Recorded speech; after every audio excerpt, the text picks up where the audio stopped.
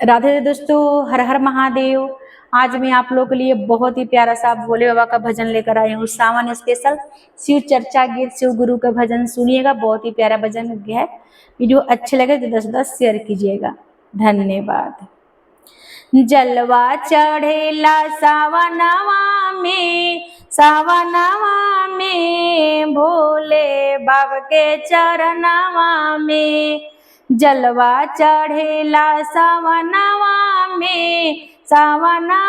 में भोले बाबा के चरणवा में।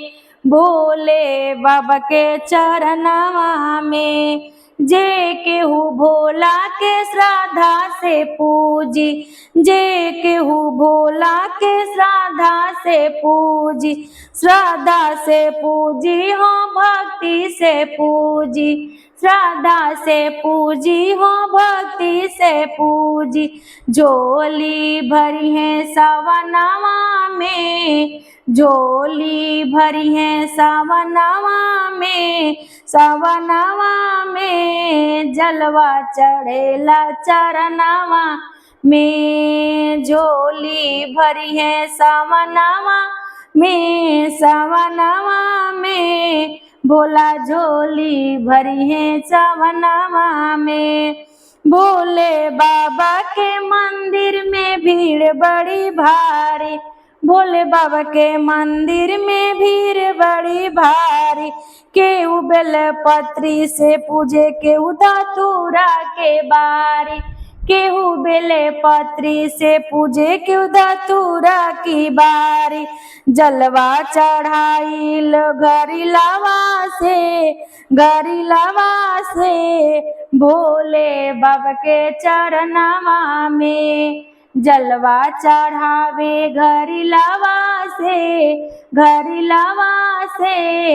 भोले बाबा के चरणवा में, भोले बाबा के चरणवा में।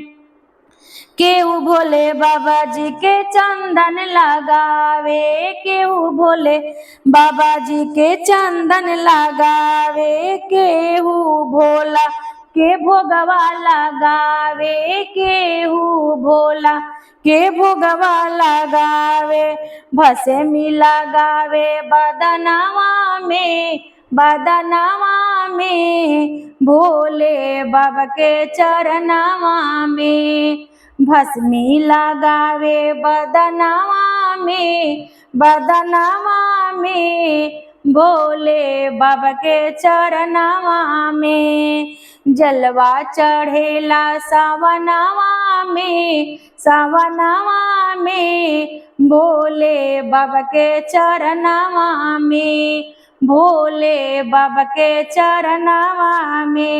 रही रही मेघा हो जल बरसावे, रही रही मेघा हो जल बरसावे।